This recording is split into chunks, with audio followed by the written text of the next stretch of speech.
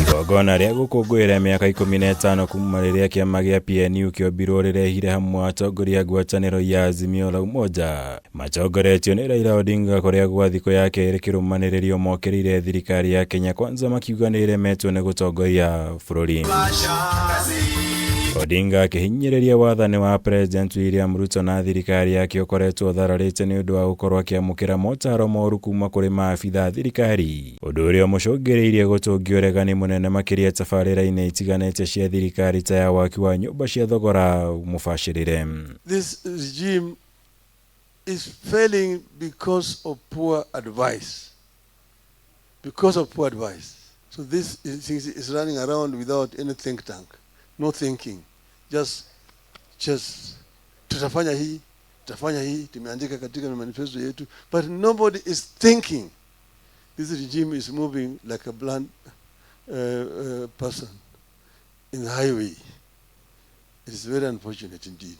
Ũndũ ũyũ Odinga akiuga nĩguo tigĩte President atarĩ na wĩkio tiga kũng'ethanĩra na magoti thutha wa kũheana mawatho matiganĩte ma kũrũgamia tabarĩra ici nĩgũkorwo itathugundĩtwo wega kĩwatho rĩu akĩmũthingata gũkuruhania mũingĩ wa bũrũri tabarĩra-inĩ ici nĩguo gwĩthema ũng'ethanĩri ta ũyũ. Kama ni mambo ya project, launching ya project ni zile zilifanywa na Mheshimiwa Uhuru Kenyatta. Ndizo wanazunguka wakilaunch mara ya pili, mara ya tatu. Wakirundia promises ya zile zingine watafanya mara ya 4. Hiyo ndio msunguko tunaona. Na wakiendelea hivi wananchi wanaendelea kukasirika, ndio unaona kelele. Hiyo kelele hailetwi na mtu yeyote. Ni wananchi kuwa wamekosa sasa imani. Iguru rĩa Odinga nĩ athingatĩte President Ruto gũthoma na ũrĩa thirikari ya President wa tene mũtigaire Mwai Kibaki yatabanagia maũndũ ta gũthiĩ gũthoma ũrĩa maũndũ mekagwo mabũrũri-inĩ mangĩ mbere ya kũmatabania gũkũ bũrũri-inĩ, gũkuruhania mũingĩ wa bũrũri harĩ ũtabania wa tabarĩra ici hamwe na mangĩ. Hiyo lugha ya upende usipende tulizika na katiba mkongwe. Hatutaki kusikia tena. Hatutaki tena kusikia mambo ya upende usipende. Hii ilienda na nyayo. Kwa hivyo sisi wa Kenya kama mnataka tufanye hii maneno, watu waketi chini.